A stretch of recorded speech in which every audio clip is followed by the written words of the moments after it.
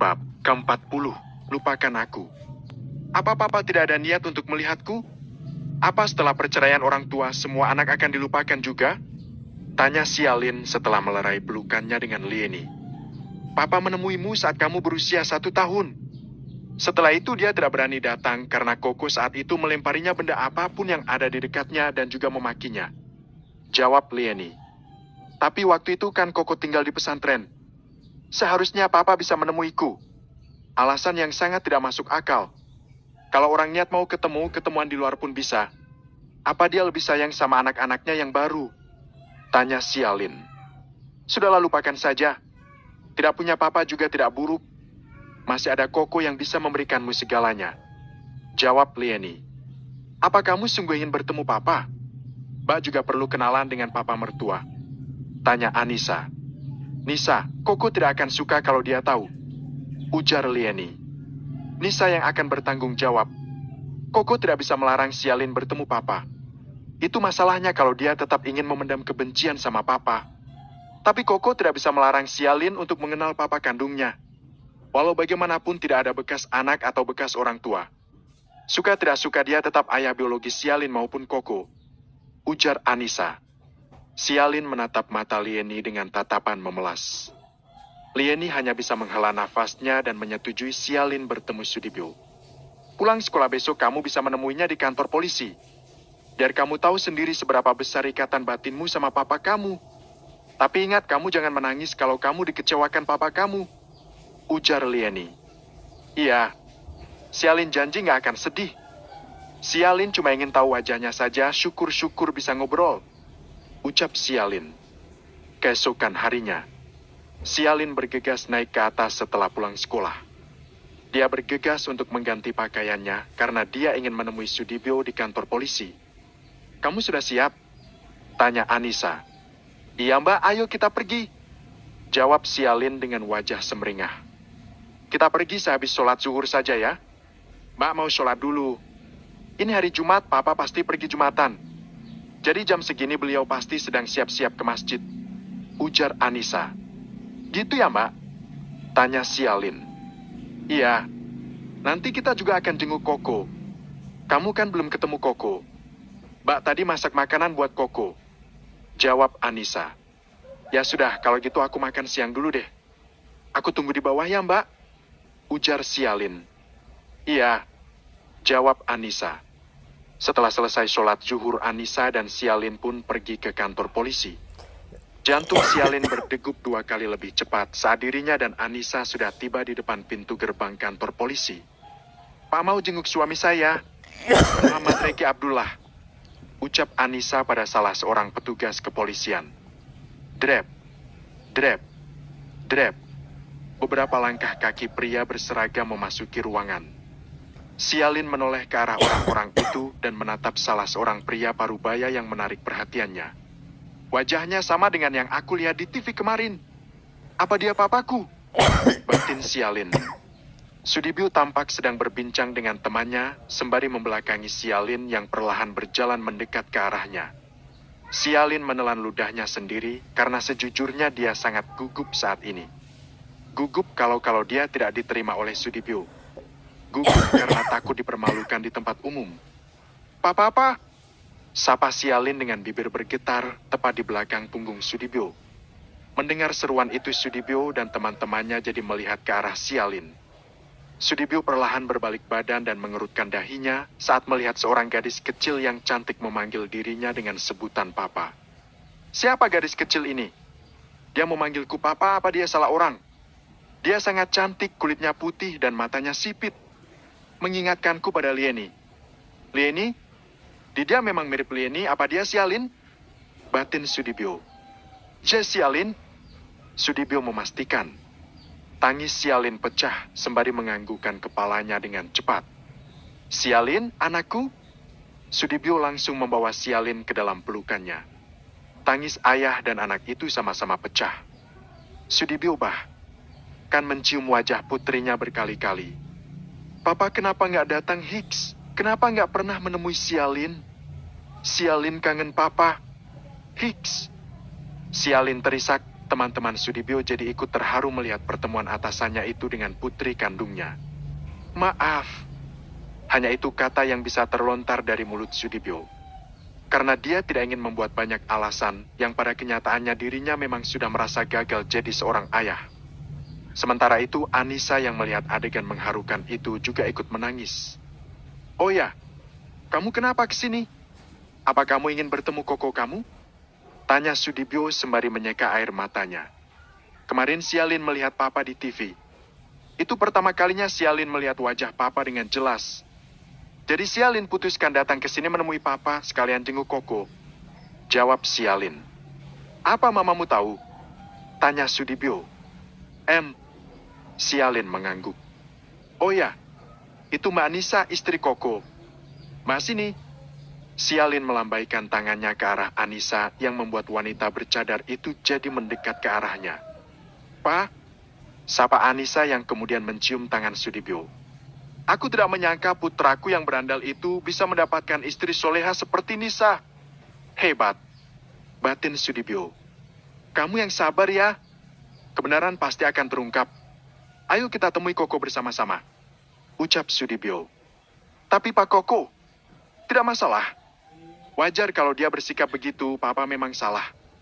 Papa sangat bersyukur karena Sialin mau berdamai sama Papa. Kedepannya kamu bisa menemui Papa kapanpun kamu mau, pintu rumah Papa akan terbuka lebar untukmu. Ujar Sudibyo. Sudibyo dan Sialin ke ruang tempat mereka akan bertemu Reki, begitu juga dengan Anissa. Polisi tidak mengatakan kalau yang ingin bertemu adalah Sudibyo karena itu atas perintah Sudibyo. Sebab pria itu tahu Reki tidak akan pernah mau menemuinya. Langkah kaki Reki tiba-tiba tertahan saat melihat pria yang berada di samping adiknya adalah pria yang sangat dia benci. Kok? Anissa mencium tangan Reki. Sementara Reki menatap Sialin dengan tatapan membunuh. Sialin kemarilah, jangan dekat-dekat dengan orang itu.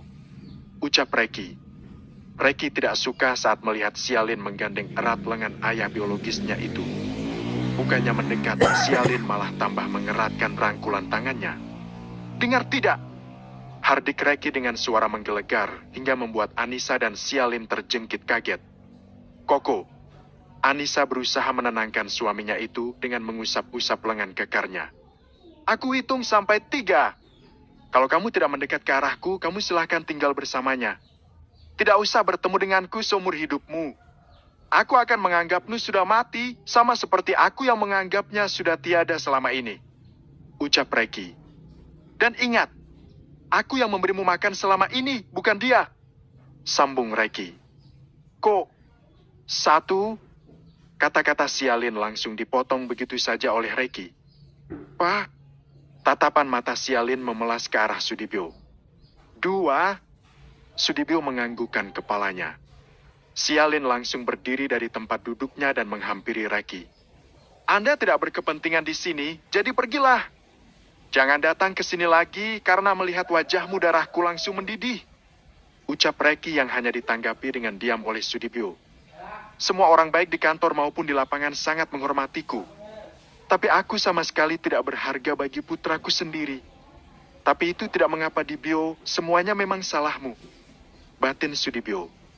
Sudibyo berdiri dari tempat duduknya dan melangkah pergi. Sialin jadi menangis terisak karena sejujur dia masih merindukan papanya itu. Kamu menangisi apa? Diamlah. Ucap Reki. Koko kenapa sih? Kenapa semua orang jadi kena imbas amarah kebencianmu itu? Bukan salah Sialin yang memilih berdamai dengan Papa. Itu artinya dia tidak mempunyai penyakit hati. Kalau Koko benci Papa, itu masalah hati Koko sendiri. Jangan sampai nanti kalau Papa sudah tiada, Koko baru menyesal. Ujar Anissa. Kita ini bukan manusia sempurna. Allah saja mau memaafkan dosa-dosa kita yang sudah seperti buih di lautan. Sebelum Koko mengukur dosa orang lain, Koko ukur dulu dosa diri sendiri. Sambung Anissa. Apa kamu mau mengajariku? Aku yang berkeringat mencari uang untuk menghidupi Mama dan Sialin tanpa andil dirinya sedikit pun. Kamu tidak tahu bagaimana aku merangkak-rangkak berdarah agar Mama dan Sialin bisa makan enak dan tidur nyenyak. Dia cuma menyumbang spermanya yang tidak seberapa itu, lalu setelah jadi seenaknya pergi tanpa mau bertanggung jawab. Jadi soal dosa itu urusan nanti. Yang pasti aku masuk surga tidak harus melalui dirinya. Karena pintu surga bukan dia yang menjaganya. Surga juga tidak lewat depan rumahnya. Sambung Reiki. Ya Allah ya Tuhan, suamiku sangat arogan sekali. Untung aku cinta. Batin Anissa. Kok, Mbak, tidak makan dengan benar? Batin Reiki. Mulailah menyuapiku. Ujar Reiki yang kemudian dituruti oleh Anissa. Reiki menerima suapan Anissa sembari menatap wajah istrinya itu. Reiki ingin memandangi istrinya itu sepuasnya, dia ingin menyimpan wajah Anissa dalam ingatannya. Anissa jadi salah tingkah ditatap suaminya seperti itu. Jangan ditanya bagaimana ekspresi Sialin saat melihat kealayan pasangan suami istri itu. Gadis kecil itu jadi memutar bola matanya dengan malas. Mbak, aku tunggu di luar aja ya, ucap Sialin. Jangan menemui pria itu, ujar Reiki. Iya, jawab Sialin sembari bangkit dari tempat duduknya. Tentu saja Sialin tidak mendengarkan ucapan Reiki. Karena bertemu dengan Sudibyo adalah hal langka baginya. Kenapa kamu keluar? Tanya Sudibyo. Malas? Nungguin pasangan bucin. Jawab Sialin dengan bibir mengerucut.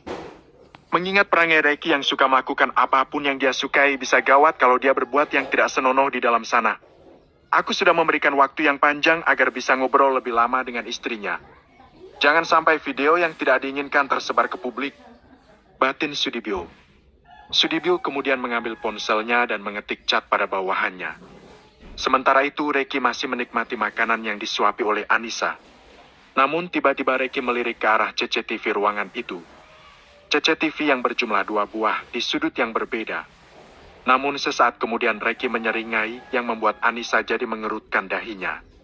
Sudah waktunya aku membalasmu. Aku akan mempermalukanmu. Batin Reiki. Reiki kemudian meraih wajah Anissa dan membuat istrinya itu membelakangi CCTV. Dengan gerakan gesit dia melabuhkan ciuman di bibir istrinya itu. Entah saat ini apa motif dirinya mencium Anissa. Apa sungguh ingin mempermalukan Sudibyo atau sesungguhnya dia memang menginginkannya. Namun tanpa Reiki tahu, Sudibyo sudah menyuruh bawahannya untuk mematikan CCTV ruangan itu untuk sementara. Hah. Reiki menempelkan keningnya di kening Anissa. Nafas keduanya saling memburu satu sama lain. Kako, di sini ada CCTV. Apa nggak akan jadi masalah kita? Aku memang sengaja melakukannya. Aku ingin membuat orang itu malu. Jawab Reiki. Ya jadi Koko melakukannya bukan karena merindukan aku. Apa Koko ingin mempermalukan aku juga? Apa Koko tidak berpikir kalau nanti aku akan dibully oleh publik? Tanya Anissa dengan mata berkaca-kaca. Anissa bergegas mengenakan cadarnya dan beranjak dari tempat duduknya.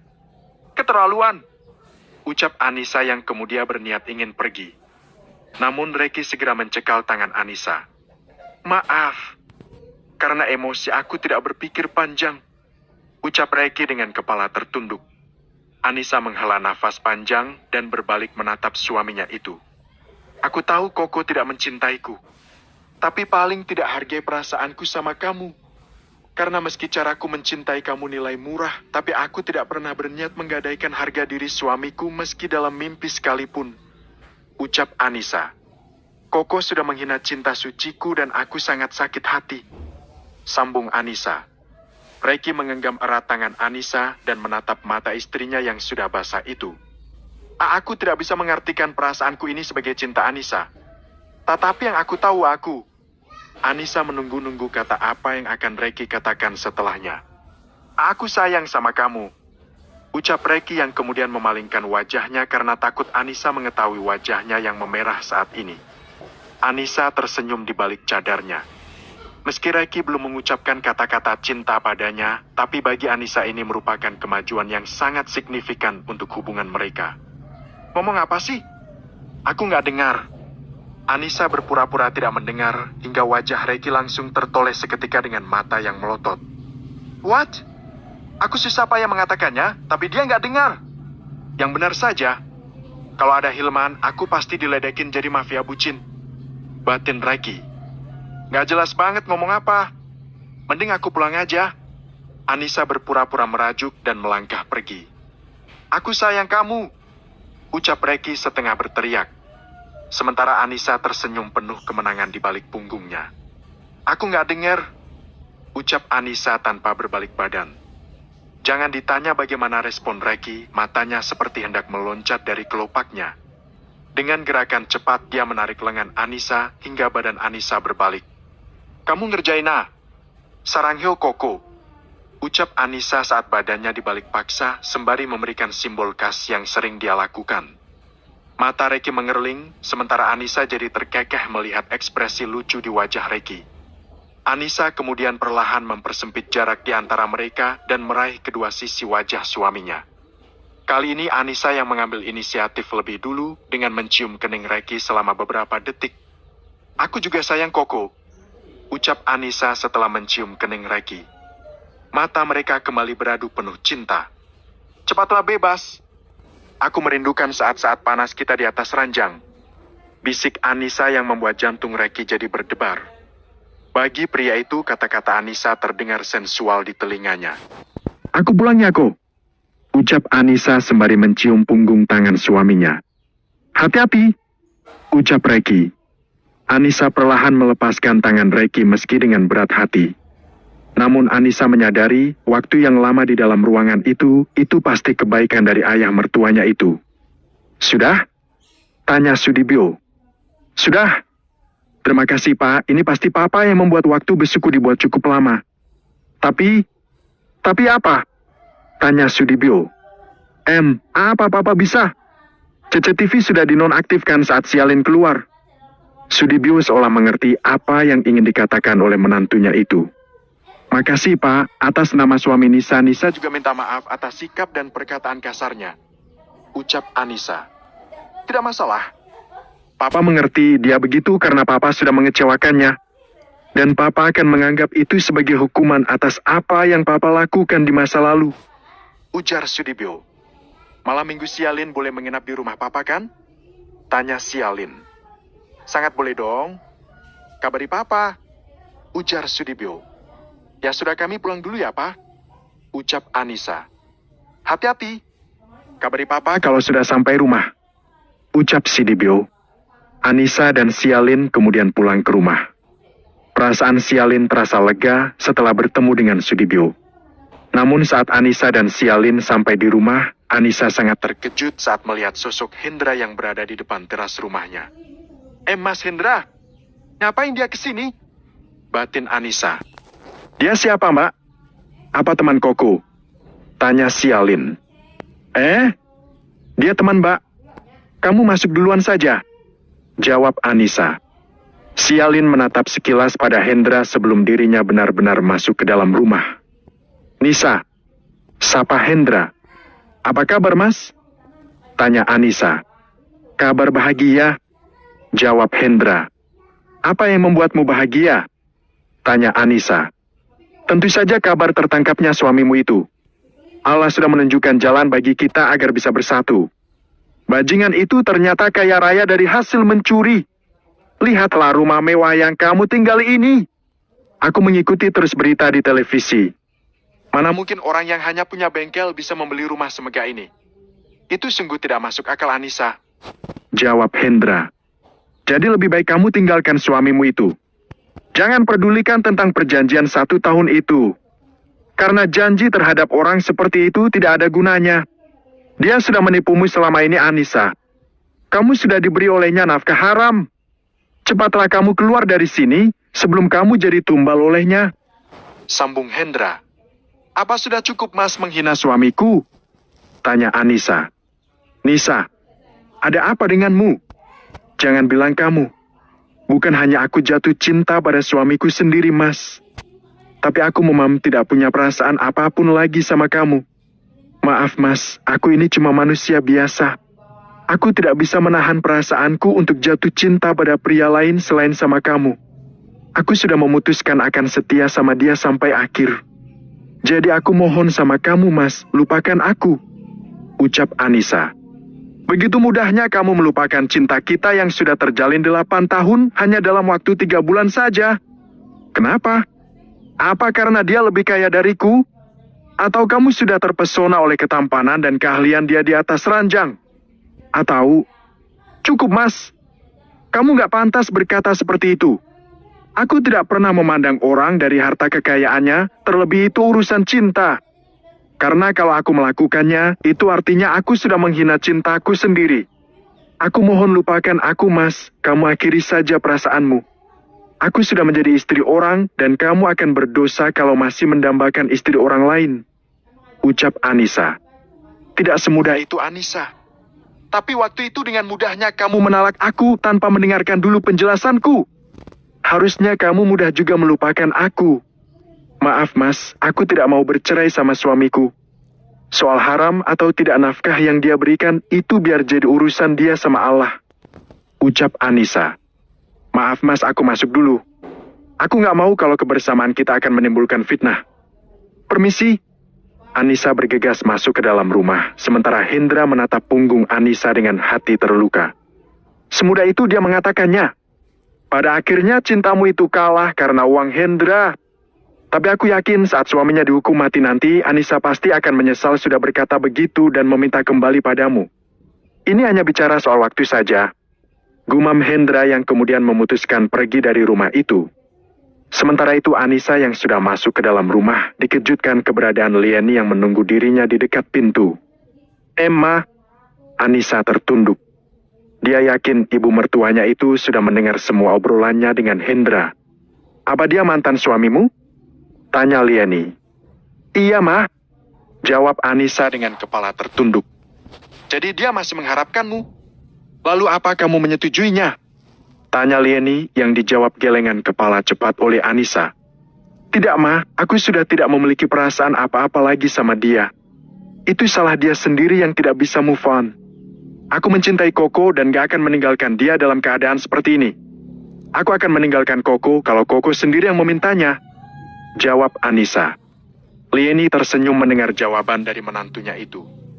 Sejujurnya dia juga sudah mencuri dengar percakapan antara Anissa dan Hendra, tapi dia ingin mendengarnya secara langsung dari mulut menantunya itu. Mama percaya karena sebenarnya tadi Mama juga sudah mendengar percakapan kalian. Oh ya, bagaimana pertemuan kalian dengan Papa? Tanya Lieni. Berjalan lancar. Tapi, kenapa? Koko bertengkar dengan... Ya, Koko masih tidak bisa memaafkan Papa. Jawab Anissa. Mama sudah menduganya. Oh ya, tadi Bang Indro nelpon Mama. Katanya berkas perkaranya sedikit lagi akan P21. Kalau itu memang benar, bisa dipastikan 2 minggu lagi sidang pertama akan digelar. Ujar Lieni. Benarkah? Tanya Anissa semeringah, namun tiba-tiba dia berwajah murung. Kenapa? Tanya Lieni. Aku takut, Ma. Bagaimana kalau kamu harus banyak berdoa agar suamimu cepat bebas dan lepas dari segala tuduhan? Ujar Lieni. Ya, Ma? Jawab Anissa. Ya sudah, kamu istirahat saja. Mama perhatikan tubuhmu sedikit kurus. Jangan terlalu banyak pikiran. Kalau kamu jatuh sakit, Koko pasti akan merasa bersalah. Ujar Lieni. Ya, Ma? Jawab Anissa. Anissa kemudian pergi ke kamarnya untuk beristirahat. 2 minggu kemudian. Pemirsa, saat ini saya tengah berada di depan gedung pengadilan tinggi untuk meliput sidang pertama atas kasus pembobolan data rahasia negara dan juga pembobolan sejumlah bank konvensional yang akan digelar 1 jam lagi. Seorang reporter tampak sedang melakukan siaran langsung di salah satu stasiun TV nasional. Pemirsa bisa melihat para wartawan juga menanti kedatangan tersangka Muhammad Reki Abdullah. Untuk mendengar sendiri tanggapan terhadap kasus yang tengah tersangka hadapi saat ini. Nah, pemirsa, bisa kalian lihat, tampak iring-iringan mobil polisi sudah memasuki area parkir. Dan tersangka Muhammad Reki Abdullah turun dari mobil tahanan dengan mengenakan pakaian putih hitam dan didampingi oleh pengacara kondang Indro Butar-Butar. Kamera dan video menyoroti Reki yang turun dari mobil tahanan bersama pengacaranya. Dan tentu saja mereka langsung diserbu awak media. Kak Reki, bagaimana tanggapan kakak tentang kasus ini? Apakah kakak yakin akan menang dalam persidangan? Apakah kakak yakin bisa bebas? Salah seorang wartawan memberondong Reki dengan beberapa pertanyaan. Reki sama sekali tidak menjawab pertanyaan wartawan. Dia memilih bungkam dan tidak menanggapi mereka. Melihat situasi kerumunan wartawan yang tidak terkendali, polisi segera mengamankan Reki dan membawanya masuk ke dalam ruang sidang. Sementara itu, Indro sebagai pengacara Reiki sedikit memberikan komentarnya pada awak media. Bang, bagaimana tanggapan abang tentang sidang hari ini? Apa abang yakin akan memenangkan kasusnya? Tanya salah seorang wartawan. Harus yakin menang dong. Mohon doanya agar klien kami bisa mendapat keadilan yang seadil-adilnya. Jawab Indro. Tapi bang, bagaimana tanggapan abang tentang tanggapan publik yang terlanjur mengecap jelek klien abang? Oh, biarkan saja. Semua orang berhak memberikan pendapat mereka masing-masing. Mereka tidak tahu fakta yang sebenarnya. Nanti kita akan buktikan semua di persidangan. Jadi tunggu saja kabar selanjutnya, tahan semua jempol Anda yang hobi main medsos tapi suka julid. Karena kalau klien saya sudah dinyatakan tidak bersalah tapi masih ada yang julid, maka kami akan mencari akun-akun itu dan menjebloskannya ke dalam penjara. Ucap Indro. Oke, begitu saja. Terima kasih buat teman-teman wartawan semuanya. Sambung Indro dengan menangkupkan kedua tangannya dan kemudian pergi memasuki ruang sidang. Sementara itu Reiki yang mulai memasuki ruang sidang melirik ke arah Anissa, Leni dan juga Sialin. Di sana juga ada Hilman yang ingin memberikan dukungan untuk sahabatnya itu. Hanya Zakir yang tidak terlihat itu karena perintah dari Reiki. Bab ke-41, Sidang Perdana. Reiki perlahan duduk di kursi kesakitan dengan tenang. Bab ke-41, Sidang Perdana. Reiki perlahan duduk di kursi kesakitan dengan tenang. Tidak ada rasa takut dan gugup saat ini karena Reiki yakin sidang ini tidak mungkin putus hanya dalam satu kali sidang. Ya Allah, ya Rahman, ya Rahim. Lancarkanlah sidang suamiku, lenturkanlah lidah suamiku. Jika memang suamiku tidak bersalah, maka permudahkanlah urusannya. Bait-bait doa menjuntai dalam kalbu Anissa. Reiki tampak tenang, namun Anissa yang tampak gelisah. Telapak tangan wanita bercadar itu bahkan berkeringat, padahal ruangan itu full AC. Sialin tiba-tiba menggenggam erat tangan Anissa, sebab gadis kecil itu tahu kalau Anissa sedang gelisah saat ini. Apa papa tidak datang? Tanya Anissa setengah berbisik. Enggak, Mbak. Papa bilang dia tidak mau menggiring opini publik, tapi papa 100% mendukung Koko hari ini. Jawab Sialin. Reno, Rio, Hilman. Siapapun pelakunya di antara kalian, saat ini pasti kamu sedang tertawa puas melihatku berada di kursi ini. Tapi aku pastikan kamu tidak akan mendapatkan apa yang kamu mau. Mari kita beradu, apa otakmu itu lebih pintar dariku? Batin Reiki. Semua orang yang berada di ruang sidang tampak berdiri, termasuk Reiki. Saat mereka melihat hakim ketua dan jajarannya memasuki ruang sidang. Dan mereka duduk kembali setelah hakim ketua dan jajarannya sudah duduk di tempatnya masing-masing. Baik. Sebelum memulai persidangan, kami persilahkan insan media untuk mengambil gambar maupun video. Kami beri waktu selama 5 menit. Ucap hakim ketua. Kesempatan yang diberikan oleh hakim ketua tentu tidak disia-siakan oleh awak media. Mereka mengambil gambar dan video sesuai kebutuhan media. Baik, selesai ya. Harap untuk selanjutnya dimohon tertib agar tidak mengganggu jalannya persidangan. Ucap hakim ketua. Hakim ketua tampak menganggukkan kepalanya ke kiri dan kanannya. Tanda meminta persetujuan sidang akan dimulai. Baik. Sidang perkara pidana nomor 990 atas nama tersangka Muhammad Reiki Abdullah dengan ini kami nyatakan dibuka dan terbuka untuk umum. Ucap hakim ketua. Tok. Hakim ketua tampak mengetuk palu sebanyak 1 kali. Hanya Tuhan saja yang tahu bagaimana perasaan Anissa saat ini. Begitu wanita bercadar itu mendengar palu diketuk, jantung Anissa seakan hendak runtuh. Saudara tersangka, kita akan teliti dulu identitas saudara ya. Hakim ketua tampak membalik lembaran-lembaran kertas yang ada di hadapannya. Nama lengkap Muhammad Reiki Abdullah betul? Tanya hakim ketua. Betul yang mulia. Jawab Reiki dengan tenang. Alias saudara Reiki, lahir di Jakarta 26 April tahun 1997. Benar? Tanya hakim ketua. Benar yang mulia. Jawab Reiki. Apa saudara dalam keadaan sehat hari ini?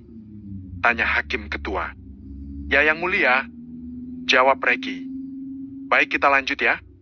Saudara Reiki tinggal di jail Raden Ismail L. Melati RT O6 RU 02 nomor 26 Jakarta Pusat, warga negara Indonesia, pekerjaan swasta, agama Islam, pendidikan terakhir D1 komputer. Benar ya? Tanya Hakim Ketua. Benar Yang Mulia, jawab Reki. Saudara dalam perkara ini ditahan sejak tanggal 17 Oktober tahun 2022.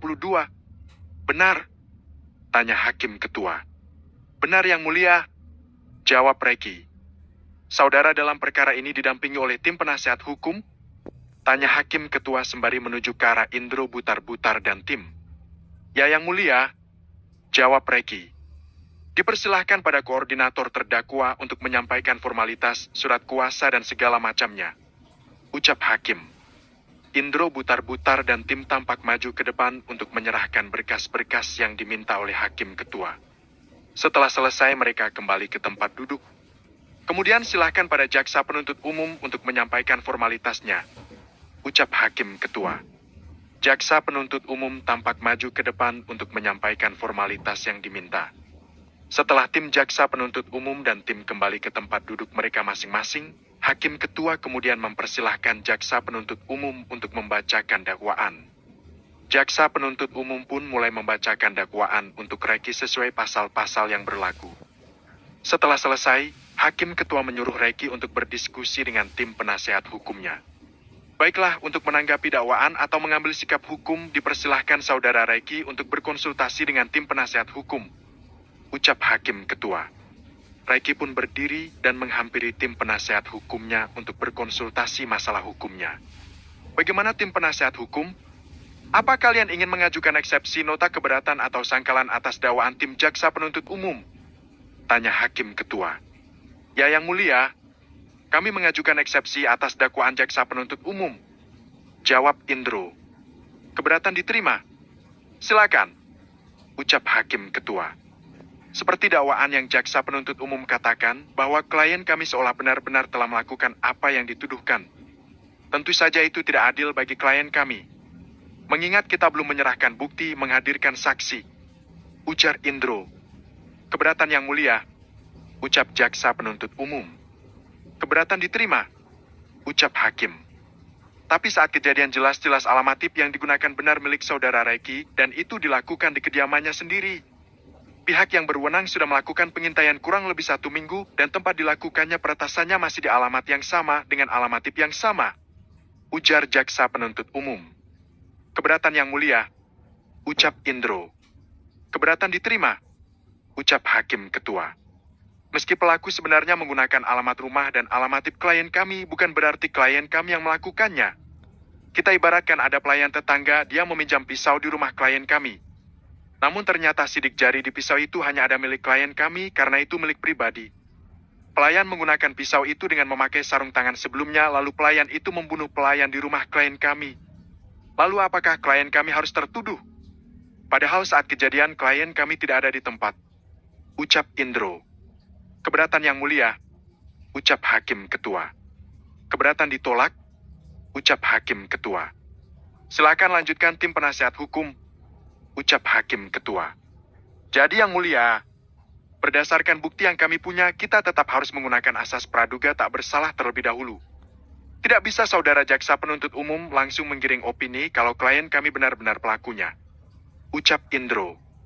Silakan tim penasehat hukum jika ingin menyerahkan bukti penunjang eksepsi Anda. Ucap Hakim Ketua. Terima kasih Yang Mulia. Ucap Indro. Indro kemudian bangkit dari tempat duduknya dan menyerahkan bukti berupa tiket keberangkatan Reki dan Anissa saat pergi ke Kota Malang. Dan juga tiket pulang saat ke Jakarta. Hakim Ketua tampak memeriksa bukti yang Indro ajukan dan meminta pendapat pada kedua anggota di kiri dan kanannya. Kedua orang itu tampak menganggukkan kepalanya. Silakan dijelaskan, ucap Hakim Ketua. Seperti bukti yang tertera di sana. Saat itu klien kami dan istrinya berangkat pada tanggal 1-2 Oktober tahun 2022 dan kembali pada tanggal 15 Oktober tahun 2022. Saat itu seperti yang kita ketahui, berita tentang pembobolan bank dan data rahasia negara sudah mencuat ke publik. Dan itu terjadi selama 1 minggu berturut-turut. Apa mungkin klien kami yang melakukannya sementara klien kami jelas-jelas tidak berada di tempat kejadian? Mohon pertimbangannya Yang Mulia, ucap Indro. Keberatan Yang Mulia, ucap jaksa penuntut umum. Keberatan diterima, ucap Hakim Ketua. Menurut kami bukti yang diajukan oleh tim penasehat hukum tidak cukup kuat. Zaman sekarang teknologi sudah sangat canggih. Seseorang bisa membuat tiket palsu, KTP palsu, dan lain sebagainya. Karena meski seandainya saudara Reki pergi, bukan berarti komplotannya tidak bertindak atas perintah saudara Reki, ucap jaksa penuntut umum. Keberatan yang mulia, ucap Indro.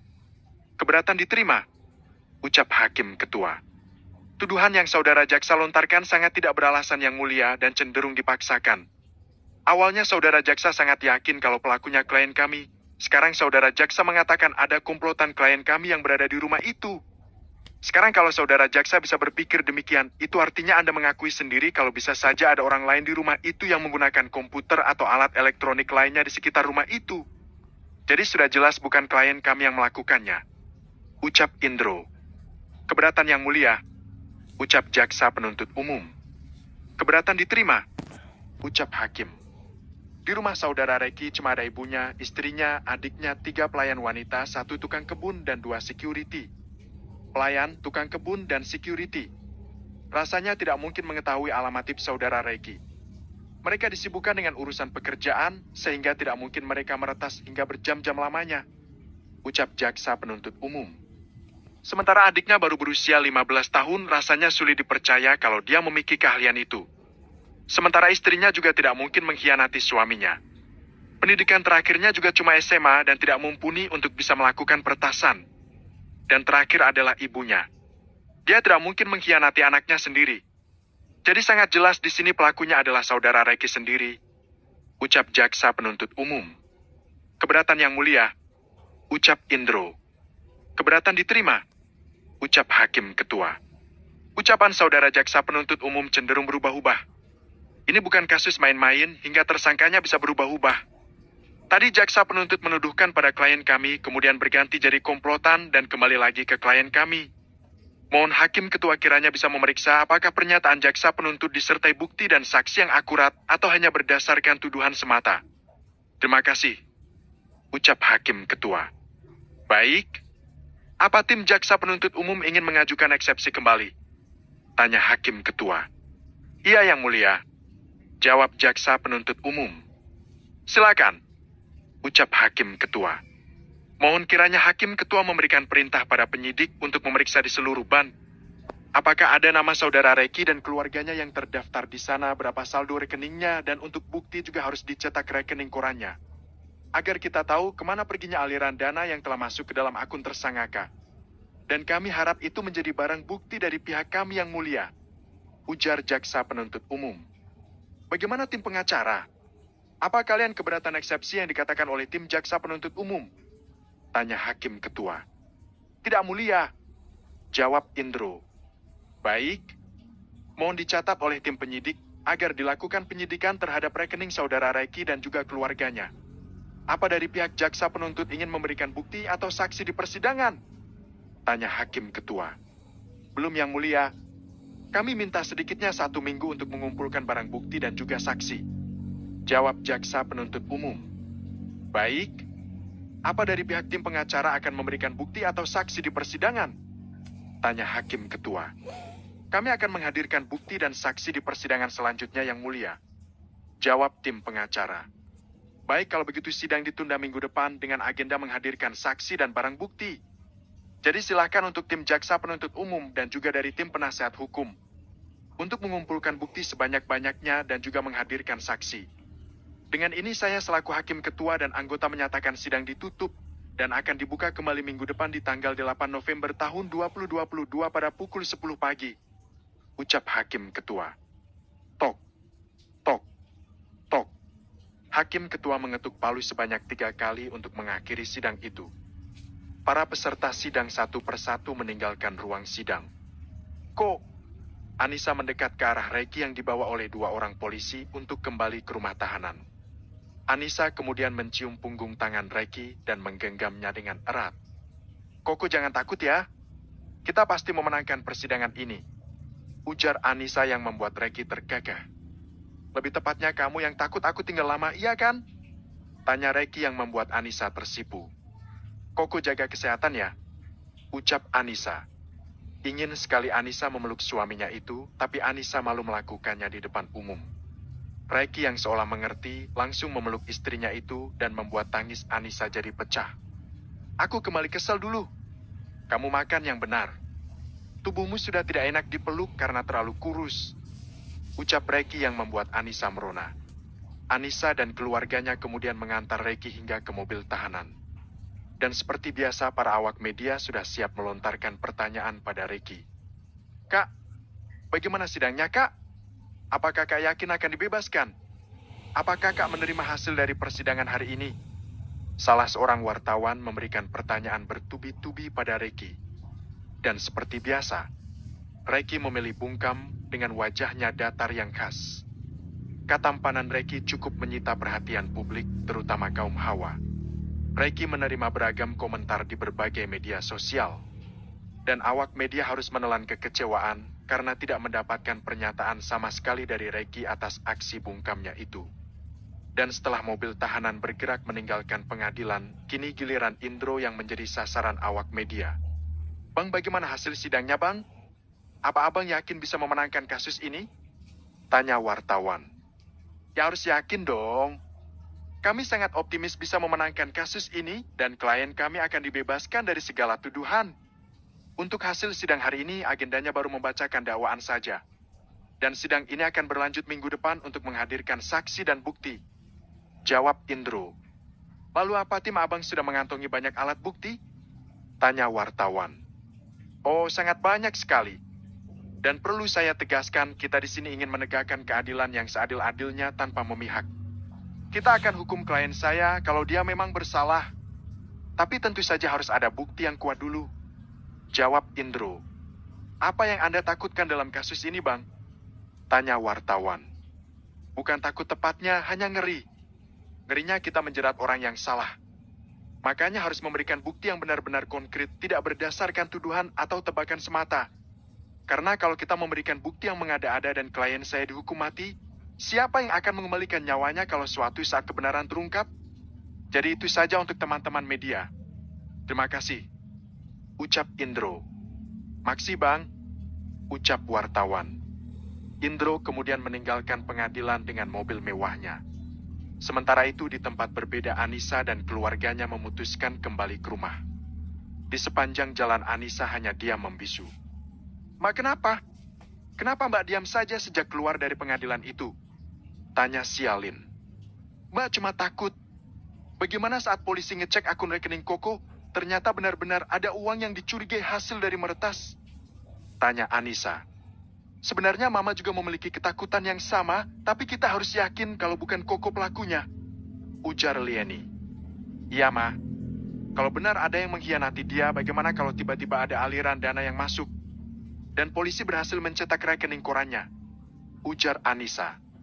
Kita berdoa saja semoga hal itu tidak terjadi. Ujar Lieni. Amin. Jawab Anissa. Sementara itu di tempat berbeda, Reiki yang sudah kembali mengenakan baju tahanan tampak tengah menikmati makan siangnya. Dan tentu saja dia kembali menerima ejekan dari sesama tahanan, namun sama sekali tidak dia gubris. Orang-orang bermulut besar ini. Saat mereka tahu siapa aku, apa masih bisa bicara sebesar ini? Andai aku tidak tersandung kasus, sudah kuledakkan kepala mereka. Batin Reiki. Reiki mempercepat makanannya dan segera meninggalkan ruangan itu segera. Saudara Reiki, ada yang ingin bertemu dengan Anda. Seorang polisi memanggil Reiki saat pria itu baru saja masuk ke dalam sel. Reiki kembali digiring oleh polisi untuk menemui orang yang ingin menjenguknya. Reiki bisa bernafas lega karena Zakir adalah orang yang sangat dia harapkan untuk menjenguknya di penjara. Zakir memberikan pelukan pada Reiki karena dia sangat mengkhawatirkan sahabatnya itu. Bagaimana hasil sidangnya hari ini? Apa semua berjalan lancar? Tanya Zakir. Ya, Zakir, aku minta bantuanmu dalam seminggu ini. Aku mohon kamu harus begadang dulu pada malam hari. Jawab Reiki. Kenapa? Tanya Zakir. Jadwal sidang minggu depan akan menghadirkan saksi maupun bukti. Hakim memberikan perintah pada penyidik agar mengecek rekeningku dan juga seluruh anggota keluargaku. Kamu ngerti kan maksudku? Tanya Reiki. Aku paham. Awak takut kalau pelaku sebenarnya mengirimkan dana itu ke rekening awak kan? Tanya Zakir. Ya, aku takut pelakunya mentransfer dana itu di malam hari, terlebih saat malam sidang keesokan harinya. Semua notif dana keluar masuk terdaftar di nomor ponselku. Jadi kamu akan tahu kalau ada dana yang masuk. Waspadalah pada saat malam menuju sidang. Kamu harus bergerak cepat, Zakir. Jawab Reki. Aku paham apa yang harus aku lakukan. Awak tenang saja, aku jamin mereka tidak menemukan bukti apapun. Ujar Zakir. Apa kamu menyerahkan bukti pada Bang Indro hanya tiket pulang pergiku saja? Tanya Reki. Tidak. Aku juga menyerahkan bukti video dan surat penyataan dari pihak bandara. Jawab Zakir. Aku mengerti. Mungkin ini strategi persidangan Bang Indro. Zakir, aku sangat berhutang budi padamu. Jika aku diberi kesempatan hidup lebih lama, aku pasti akan membalas semua kebaikanmu ini. Ujar Reki. Jangan ngomong seperti itu. Aku juga masih ingat tentang kebaikan awak. Meski aku buka usaha fotokopian dan rental komputer satu cabang, tapi modalnya itu berasal dari kamu semua. Aku bukan tidak tahu semua harga barang-barang itu, tapi kamu memberikan cuma-cuma. Uang sekitar 300 juta memang tidak ada artinya bagi hacker sepertimu, tapi kamu memberikan uang itu hasil bengkelmu kan? Itu sangat berarti untukku, Abdullah. Ujar Zakir yang membuat Reki jadi tersenyum kecil. Apa awak tahu? Ini doa aku yang cepat terkabul oleh Allah. Sambung Zakir. Emang kamu mendoakan apa? Mujarab betul doamu? Tanya Reki. Aku selalu berdoa agar kamu ditimpa musibah agar aku bisa membalas budi baikmu. Jawab Zakir sembari terkekeh. Sahabat kurang ajar. Jadi semua kemalanganku kamu yang mendoakan? Tanya Reki dengan mata mengerling sementara Zakir jadi terkekeh. Gak adil dong kalau kamu hidup jaya terus. Kamu itu sesekali harus ditimpa musibah biar jadi pengingat. Siapa tahu habis ini kamu malah jadi seorang ustadz. Ujar Zakir. Gak akan. Jawab Reki yang membuat Zakir kemudian tertawa keras. Sana pulang. Aku mau istirahat. Sambung Reki yang kemudian bangkit dari tempat duduknya. Kelewatan awak, Abdullah. Beginikah caramu membalas orang yang sangat berjasa dalam hidupmu? Ucap Deskir yang membuat Reki hampir tertawa. Aku memang menyuruhmu belajar bahasa Indonesia, tapi tidak sebaku itu juga. Kedengarannya jadi menggelikan. Ujar Reki. Kamu ini bagaimana? Cintai bahasamu dong. Ujar Zakir. Ya sudah pulang sana. Aku titip bengkel ya. Ujar Reki. Ya baiklah, pergi sana. Cebik Zakir. Saat Zakir keluar, pria berkebangsaan Malaysia itu berpapasan dengan Hilman. Hilman yang tidak mengenal Zakir bersikap biasa saja saat berpapasan dengan Zakir. Namun berbeda dengan Zakir, dia sangat hafal salah satu sahabat dari Reki itu. Dia Hilman bukan? Entahlah. Hanya Tuhan saja yang tahu kemana Reno dan Rio berada. Kalau dua orang itu bisa ditemukan, mereka bisa jadi saksi tambahan. Siapa tahu kebenaran lebih cepat terungkap. Batin Deskair. Hilman yang sudah berada di ruang tunggu tampak mengetuk-ngetukkan ujung jari telunjuknya. Setelah menunggu beberapa saat, Reki pun datang dan duduk di sebelahnya. Apa yang bisa aku lakukan untuk Mure? Saat hakim mengatakan akan memeriksa rekeningmu, tentu saja aku jadi cemas. Bukankah uangmu masih berada di dalam sana semua? Tanya Hilman. Ya, jawab Reki. Apa yang akan kamu lakukan selanjutnya? Aku bisa membantumu memindahkan uang itu ke rekening lain atau ke rekeningku untuk sementara waktu. Ujar Hilman. Percuma saja, nanti juga akan ketahuan. Ujar Reki. Jadi kamu pasrah saja menerima tuduhan itu? Tanya Hilman. Tentu saja tidak. Aku percaya tim pengacara aku akan memenangkan kasusnya. Jawab Reki. Kamu katakan saja kalau butuh bantuan Kure. Ujar Hilman. Apa kamu mau kalau dijadikan saksi saat di persidangan minggu depan nanti? Tanya Reki. Tentu saja mau. Kamu katakan saja pada tim pengacaramu agar memasukkanku ke dalam daftar saksi yang akan memberikan kesaksian di persidangan nanti. Jawab Hilman. Terima kasih, Man. Ucap Reki. Sama-sama, Re. Ya, sudah kamu istirahat saja ya. Jangan terlalu dipikirkan. Kalau kamu yakin menang, maka itulah yang akan terjadi. Ujar Hilman. Ya, jawab Reki. Reki kemudian kembali ke sel, sementara Hilman kembali ke bengkel. Dan di tempat berbeda, Anissa kini tengah menerima telepon dari Indro. Apa orang tuamu bisa hadir di persidangan minggu depan? Kita hadirkan mereka sebagai saksi. Tanya Indro. Bisa bang? Saya akan usahakan mereka akan datang. Jawab Anissa. Anissa, mendatangkan saksi bukan perkara mudah. Jika memang ada yang ingin mencelakai Reiki, bisa jadi orang itu akan mengincar saksi yang akan datang di persidangan. Agar saksi tidak bisa hadir dan dia ingin kita kalah di persidangan. Ujar Indro. Jadi apa yang harus kita lakukan bang? Aku tidak mau kedua orang tuaku celaka. Tanya Anissa. Minta bantuan pada Pak Sudibyo agar dia mengirimkan bawahannya untuk mengawal saksi sampai di persidangan. Hanya itu yang bisa kita lakukan agar orang tuamu bisa selamat sampai di persidangan. Jawab Indro. Baiklah, aku mengerti bang. Ujar Anissa. Baiklah, aku tutup teleponnya ya. Ujar Indro. Ya bang? Makasih bang. Ucap Anissa. Setelah panggilan itu berakhir, Anissa segera menelpon Sudibyo. Sudibyo yang tengah beristirahat di ruangannya segera menerima panggilan itu. Assalamualaikum Pak. Ucap Anissa. Waalaikumsalam. Jawab Sudibyo. Pak, jadwal sidang minggu depan agendanya menyerahkan bukti dan menghadirkan saksi. Orang tuaku akan jadi saksi di persidangan minggu depan. Apa Papa bisa membantuku? Tanya Anissa. Apa yang bisa Papa bantu? Tanya Sudibyo. Minta bawahan Papa untuk mengawal orang tuaku. Saksi membutuhkan perlindungan hukum bukan? Takutnya ada yang ingin mencelakai mereka sehingga mereka tidak bisa hadir di persidangan. Tentu saja itu akan membuat pihak kita akan lemah. Jawab Anissa. Baiklah Papa mengerti maksudmu. Kamu tenang saja, Papa pastikan orang tuamu akan sampai dengan selamat. Ujar Sudinyo. Terima kasih, Pak. Ucap Anissa. Sama-sama. Reiki beruntung punya istri pintar sepertimu. Dampingin dia terus ya. Ujar Sudibyo. Ya, Pak. Jawab Anissa. Setelah percakapan itu selesai, Anissa segera menunaikan ibadahnya.